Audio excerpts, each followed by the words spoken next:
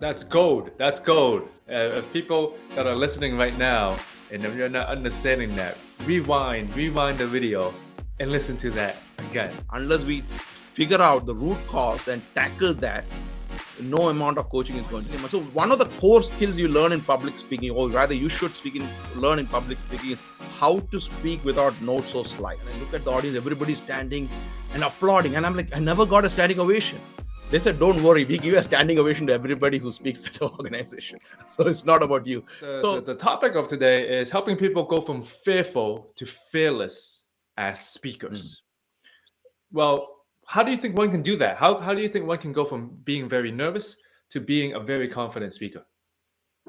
No, the number one thing to remember is to set the expectations, right? So I always say, as long as you can speak, you can become a public speaker. So that first step is the essential key to get started, right? To know that you can be a public speaker, that's the very first step. And I will leave you at that, okay? So you probably heard from other speakers on the topic, but it also important to understand the root cause of the fear, because a lot of the coaching that happens at a very superficial level to have quick fix solutions. So even for me, right, I can bring somebody on stage and make them speak, but that's a temporary fix. People can do that, but the core thing is, how do you overcome your self-limiting beliefs or your programmed behavior? And to do that, one thing you have to do is to do some deep diving into what the root cause of that fear. And once you and until and unless you tackle that, it keeps coming back. It can relapse. It keeps coming back. Actually, when you ask this question, one of the reasons I was thinking, what do I focus on? I remembered a guy I know. It was many years ago when I was just starting in my leadership coaching journey. I knew a guy, and he actually paid $50,000 to a coach at that time. And I'm like, we paid $50,000 for coaching, and because he has really wanted to learn public speaking, and he had done that.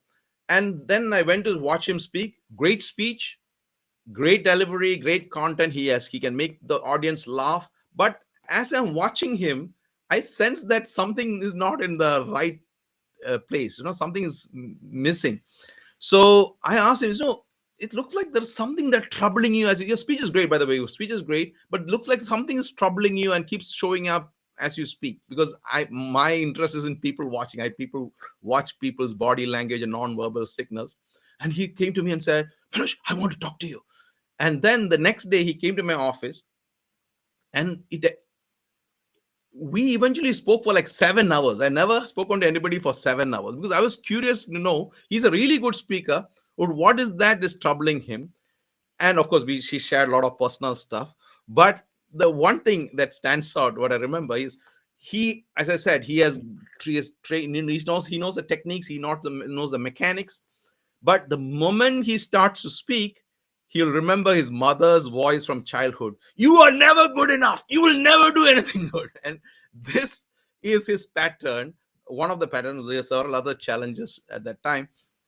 And once he tackles those things, he is fearless, right? So as I said, this every individual has their own challenge. We all have our own challenges.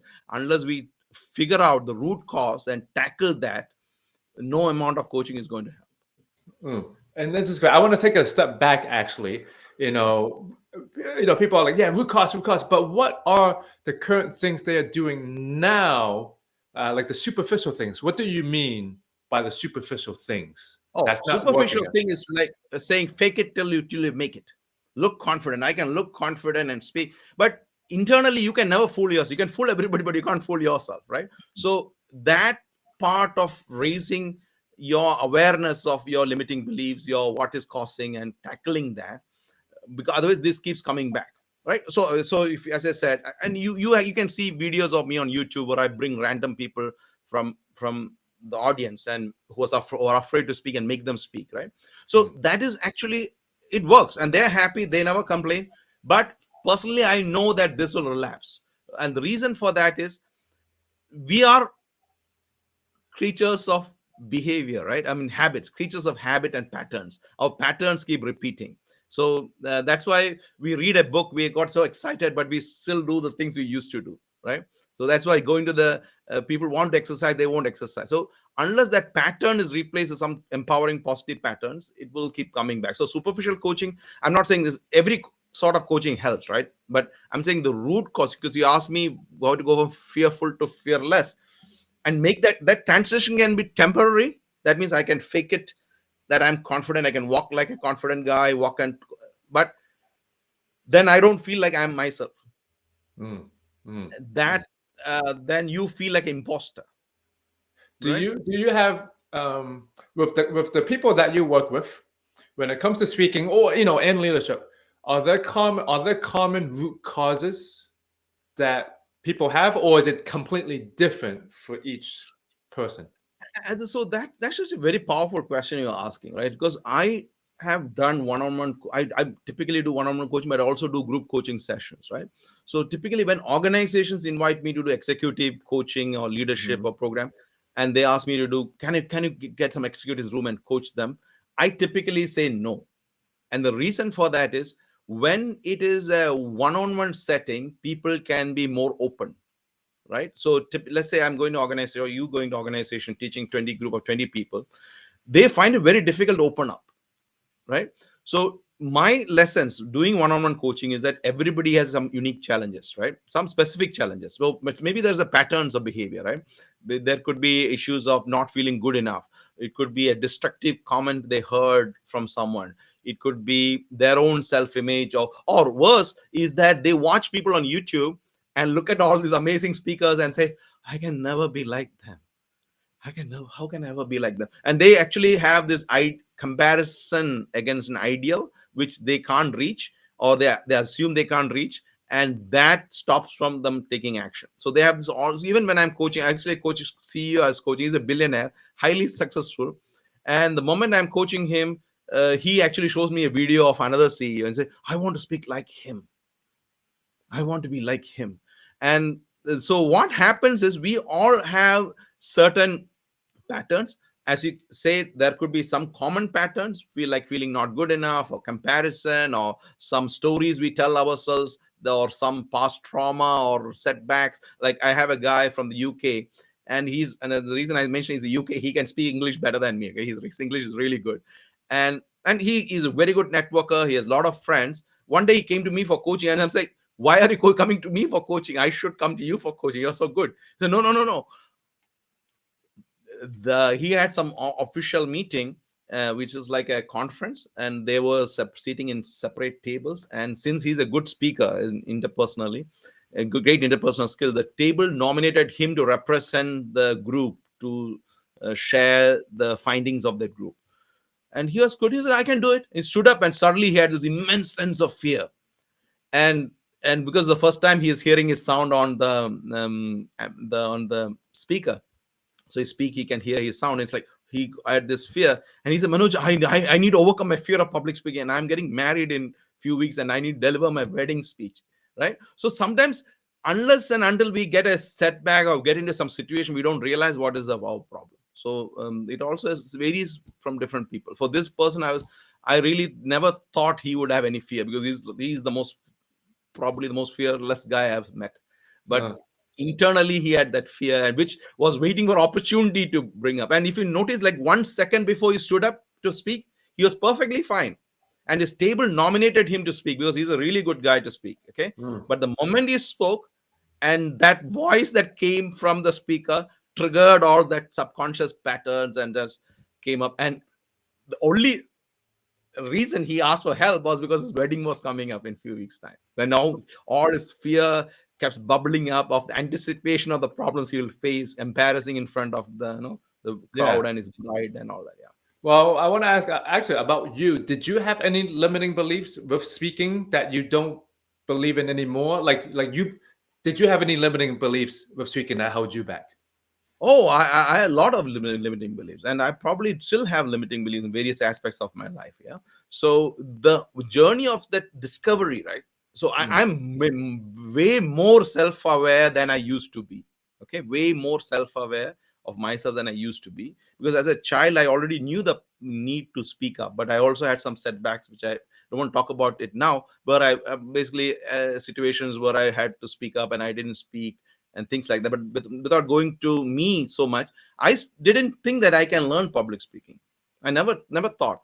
But once I started hitting broad blocks, and as because I was working in organization, I was working in multinational companies as a consultant, and in that role I had working with people from some 46 or 50 different nationalities, because we are in the same building, different nationalities.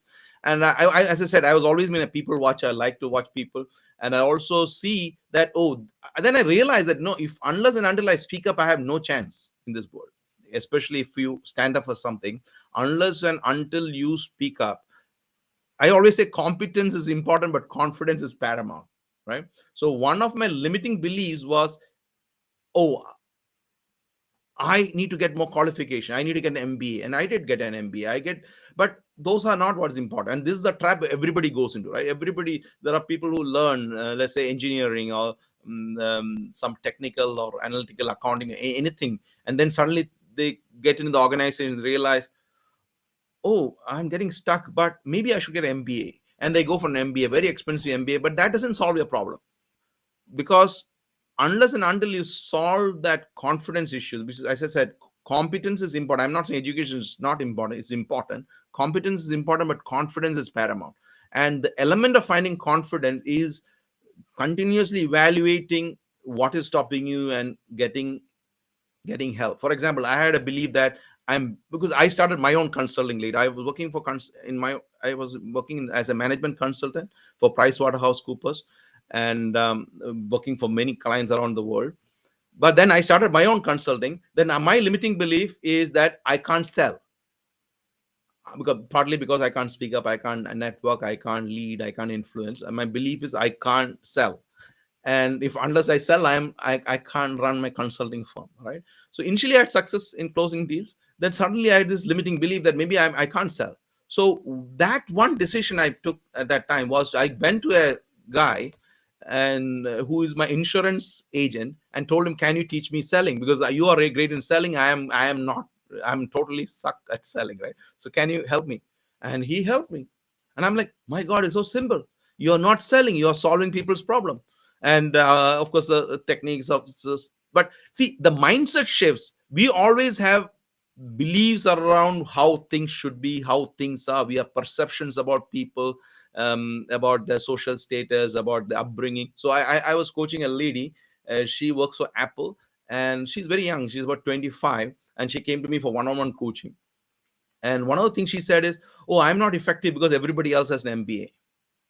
I'm like, that should not matter. No, MBA doesn't change your confidence. But it's, and then to tell the story fully, and I asked her, what do you want to become in 10 years time? Or what do you want to become? What's the best role you want to take in Apple? And she said, maybe in 10 years time I want to be the director, right?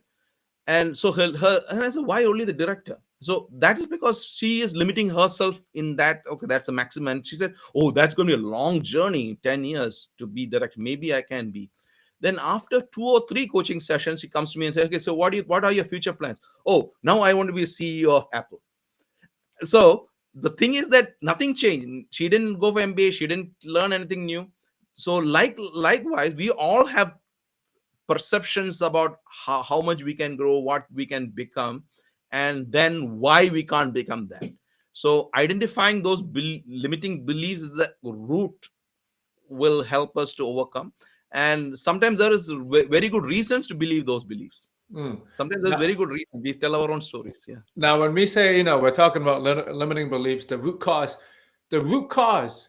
are there usually one? Are there 5? Are there 3? Are there a bunch root causes? What do you like? How many root causes? No, that's a good thing, right? So I don't want to take too much of your time, but let me share with you one quick story, right? There was a guy who wanted to be the CEO of a company, right? And he's 2 levels below. And I asked him, why do you want to become the CEO? And we dig deeper. It turns out some random story from childhood, which we totally do not expect, that triggered an inner feeling. And basically, actually, was a limiting belief that he is not doing enough for society. Right? He is not doing enough for society, and he believes if he becomes a CEO one day, he can solve problems in society. Right? So once you dig deeper, it could be multiple, but there are certain memories that is like etched in our, so certain scenes that's etched in our memory that keeps repeating. So now memory has two parts, right? Memory is what happened, or what, or our version of what happened, and then we give meaning to that memory. We take, oh, this happened, that means I'm not good enough, or I'm not productive enough, I'm not successful. So one aspect to answer a question is there can be multiple scenes imprinted in our mind, but there are certain scenes that keeps replaying in our mind. So that will be the more dominant one. There could also be dormant ones, right? We all Mm. have things, but the whole idea is our life is full. We are all work in progress. Yes, yes, We yes. are all Actually, work in progress, I right? want to back up a little bit because we're using the word, limiting beliefs a lot. For those who might hear this for the first time, or actually limiting belief, like what's your definition? What does that mean? What's the definition of it? What does that mean? In So your opinion? you see, we believe a lot of myths. We are the, as I said, we are the easiest ones to fool ourselves, right? We can fool ourselves really well by telling stuff. So limiting beliefs are that is not really helping you to progress in the direction of your goals. Empowering belief is something that helps you to get towards or get ahead in the direction of your goals. So empowering belief is something, what I said initially, if you can speak, you can be a public speaker. Same thing, when I was afraid, I'm an introvert, I'm reserved, and I barely speak. My mentor told me, you can be the world champion of public speaking. I'm saying, what is that? And I didn't even know what it was. But when he said that, I started to believe that, oh, maybe this is possible for me. More research I did, my belief became more empowering. So this is just a matter of time, this is going to be easy. Way before I became the world champion, I already started being a world champion, and was in the process of becoming the world champion. And now once I become the world champion, I have to believe that I am the world champion, because there are a lot of people who have gone on a journey. After they win, they think that, oh, maybe I'm an imposter. So there is a process of being, becoming, and believing. So that's the empowering process. The other side, self-limiting process, is you, because of what happened, because of what you saw, you start thinking that maybe this is not for me, this is not possible for me, this is not something I can do. So I had a guy, he was born with cerebral palsy. Okay, so he has gone for all sorts of coaching, and only reason I came in touch with him because I know his brother. He came to one of my public speaking seminars, and he said, "Can you coach your brother?" And because he is terrified of public speaking, he don't speak to anybody outside his house. And when I met him, and but then his belief is this is what the important part of the story, right? He has cerebral palsy. He speaks a slur. He can't speak to people outside his home, but he wants to be a number one inspirational speaker in the world, or the best inspirational speaker. I said, "Oh, this is so different."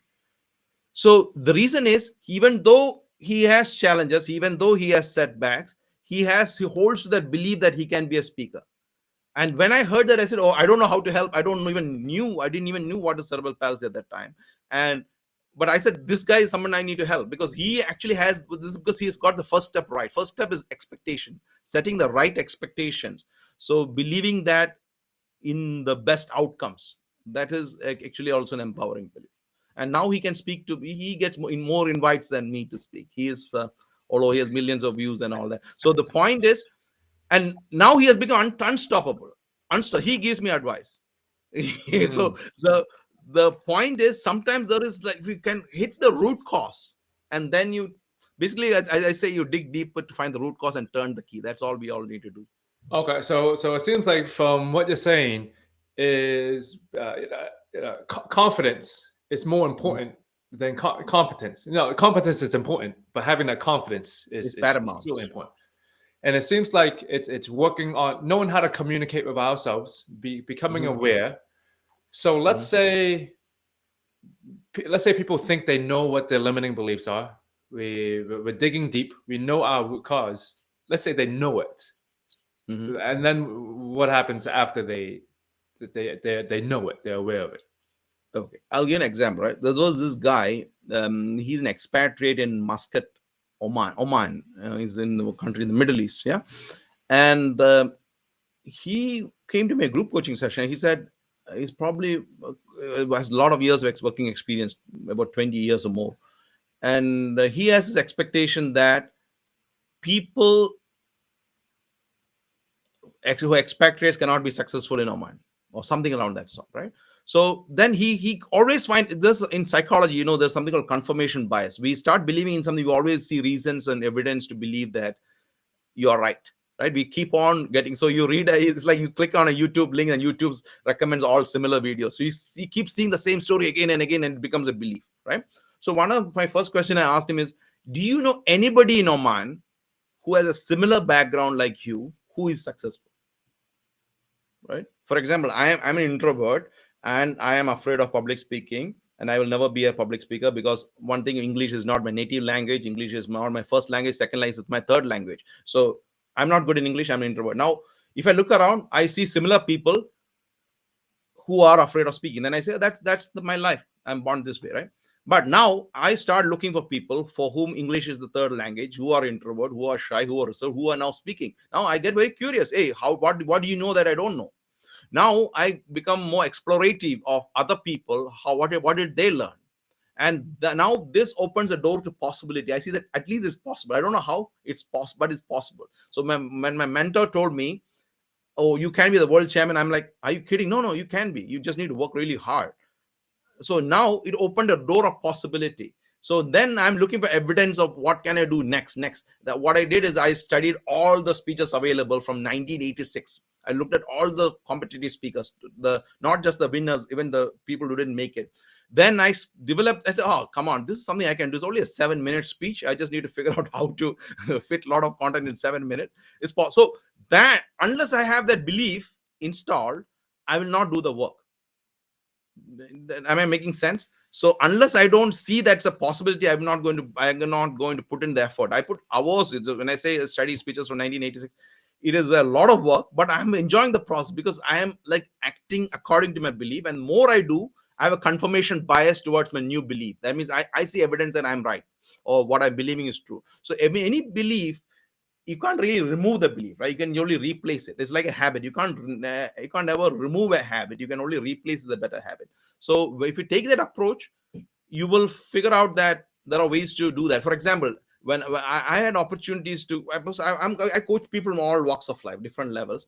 But when first time I was invited to coach a billionaire, he's a very successful entrepreneur, and I'm like, I have to normalize that relationship to speak at that level. Even more recently, maybe 2 years ago, I was invited to speak in a conference in Dubai. It was a CEO conference, okay? CEO conference. And I am the opening keynote speaker speaking on leadership. And right before the speaking, one of the CEOs, he's a billionaire, he comes to me and says, Manoj, I watched you on YouTube. I'm like, really? Yes. But then my thought process is going, and I'm just being very open here, right? My thought process is going, Manoj, these guys are so successful. They're more rich than you. They're richer than you. And you are going to tell them about, teach them leadership. These guys are running multi-billion enterprises. You are the opening keynote speaker. And that, honestly, that thought came to my mind. I said, what qualifies me to speak to these guys? Now, this is a pattern that's coming back from my past where I believe, oh, this is too much, I'm gone too much. So I have to interrupt that pattern. So I have to reframe and restate that memory to provide a new meaning. Say, of course, who else can they learn from? Okay. And but also to say, I'm not going to teach them anything. I turn the word, I'm not going to teach these people anything. In fact, one of these guys I was opening keynote, but there was another guy who spoke right before me, who was a very highly successful entrepreneur. He said, oh, he started his speech by saying, I can't speak like Manoj, but let me tell you, I'm like, dude, you're way better than me. But we all have that patterns coming in our lives. So one of the things I restated is, I'm not going to teach them anything. I'm just sharing my experience. I can be right, I can be wrong. If I'm wrong, I'm willing to learn. If I know right, I'm willing to share. Oh, I connected so much better. Really did very well compared to me saying, guys, look at me, I am going to teach you. That will not help. Yeah. So I was acting more in line with my belief system, whereas I'm here. I went through my life, learned something. Now my opportunity to share. Yeah, and this is I still make mistakes. I'm sure in this session also I made a lot of grammatical mistake, pronunciation errors. Doesn't matter. Yeah, and I'm sure no one noticed because they're just engaged with what you're saying. I know I got a smile on my face the whole time you're speaking. So So, what about this? So, what are some beliefs that great speakers have that us normal humans can adopt, right? Oh, very simple, very simple. So I always, there are three milestones in public speaking, right? The first milestone is me. Me is I when I this is where most people start, right? And so me is when you are saying, I'm speaking now. How do I look? What will this kid guy going to ask me the question, right? So, oh, is my head shining enough? Is my dress okay? Is my fold fine? Oh, okay. So I'm more worried about me. This is where the fear is the maximum, and most people are at that state at this milestone, and that's why they will never learn public speaking, because they're always so worried about me. Okay. So then the next milestone is message. Message is you want to say something outstanding. There are so many speakers in this panel, and I'll come with, I want to say something that nobody has said before. I want to be this. Everybody should say I am the best. So now again, there's an element of me. I've not left myself out of the grip of my ego, right? So me and message. Now there's a third milestone, and if you can get to that milestone, what you can do, you can connect with anybody you speak to. And at this milestone, you have gone beyond your fear. There is no comparison, no ego, no inadequacies. So you feel like I'm here because, and by the way, this third milestone, I call it messenger. So me, message, messenger. When you're a messenger, you come here and share for the benefit of the audience, fully knowing that somebody will like you, somebody will not like you. And because if we look throughout history, the people we admire, the priests, the philosophers, the experts and leaders, prophets, all these people appear as messengers. And that's for a reason, because they're here, they're not building themselves up, they're not even building up the message, they're here to deliver the message as a gift for people who want to listen to them. And then because they know when you care better, you connect better. And if I answer one line, don't be a speaker, be a messenger. Oh man, Manoj, that's gold. That's gold. If people that are listening right now, and if you're not understanding that, rewind the video, and listen to that again. So moving from me to message to being the messenger. That's right. Well, how do you do that? How do you, I know it's a big topic, but Yeah. how do you go from As one I to said, another? when you look at, so people ask me, when I became the world champion, people ask me, oh, what's the secret to become the world champion? So and this is one thing I learned, right? By discovering and revisiting my journey, the key is mindset. So when I say be the message, the mindset shift you need to adopt. So you come up on stage and say, guys, these guys, I'm here to help these guys. And or maybe some kind of rewiring mechanism where you start to believe that no, my role here is to make a change or share this information for benefit of this audience. So your focus, everything you do is focus on what impact. So I always say there are three questions you ask before you start. One is, what is the return on time invested for your audience? So that means if you are speaking for 1 hour and there are 1,000 people in the audience, they are investing 1,000 hours in you. Can you give value? So say something of value. Second is, what's the proof? Whatever you say, make sure you have backup, you can prove. So that reduces the fear as well. The third is, before you start your speaking, everything you say, you look at what is your funda. That means after listening to your speech, what do you want your audience to feel? What do you want them to unveil? What's the new thing they can learn? What do you want them to notice? What do you want them to do? And what do you want them to achieve? And whatever you say, show, or do is 100% aligned to the funda, and not about, not, see, if they connect with you, they like you. And the only reason they connect with you is because you cared for them. And to care for them is to best make use of that time allocated to give as much value as you can. And still there may be some people who doesn't like you. That's fine. But at least you, by sharing what you stand for, sharing your values, sharing your message, you notice that people start to come out of the shadows looking for you and to join your mission, right? So that shift in mindset is the key to become a messenger. So I am here to deliver a message. I got the opportunity to do this. I have something to share. I have helped people in the past. I can probably help somebody else and share and enjoy the applause. Maybe you don't even get the applause. Okay. I still remember the first time I got a standing ovation. Okay. I delivered my speech and turned back, and I was getting my step back, and I look at the audience, everybody's standing and applauding. And I'm like, I never got a standing ovation. They said, don't worry, we give a standing ovation to everybody who speaks at the organization. So it's not about you. So sometimes That's So, good. so sometimes we do that. I think it's a Craig Valentine was a great line. He said, "Don't speak for standing ovation, speak for standing invitation." That means you always Oh. get an invitation, right? So you get invited back, and I think that's the thing to live up to. Okay. What I want to do is spend a few moments. I want to give us or give you some situations Okay. that people get into.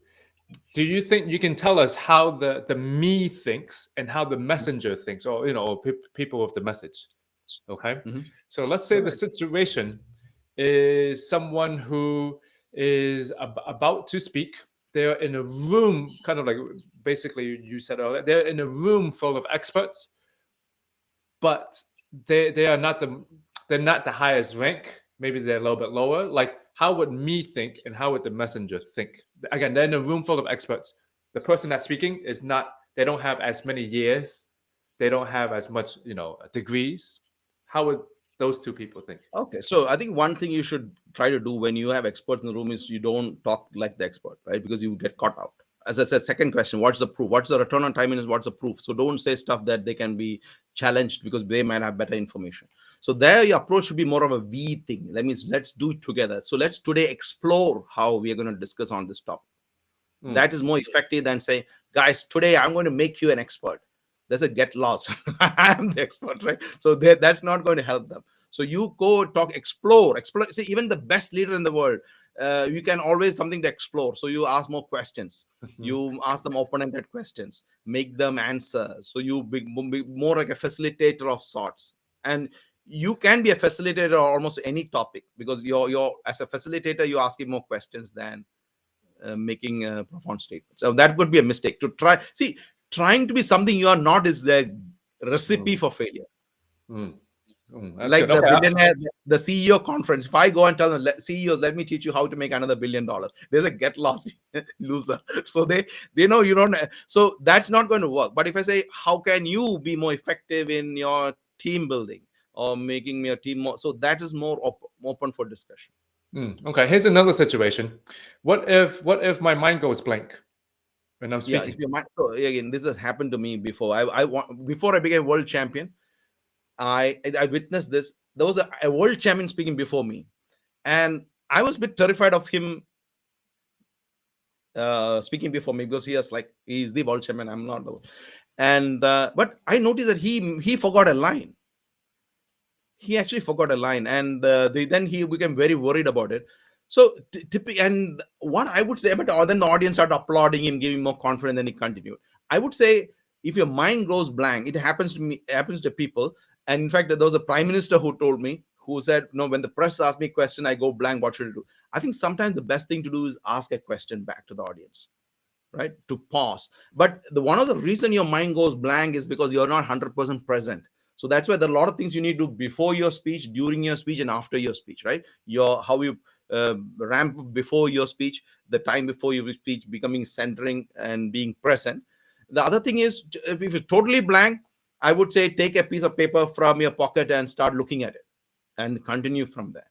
So the again, when you're trying to be something you are not, that's a recipe for failure. So if you forget, you can also be honest. Yeah, I lost the train of thought. Can you ask that question again? Or let's, where was I before? Okay, let me continue. So that is more because this happens, right? There was this guy, actually a senior executive, and I know this guy actually a CEO. He's an entrepreneur, and he was asked to speak at a school.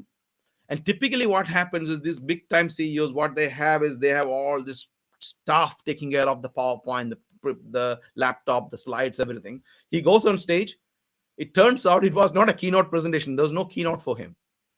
And now he's in front of like 300 teachers. They say, okay, speak.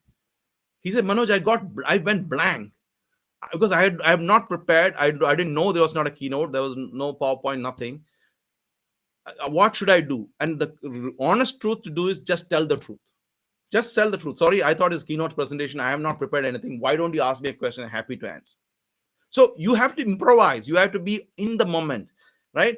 And also, again, that's a messenger technique, not a me technique. A me technique, you will try to wing it and you mess it up and you feel bad about yourself. You probably never try public speaking again or blame all your staff.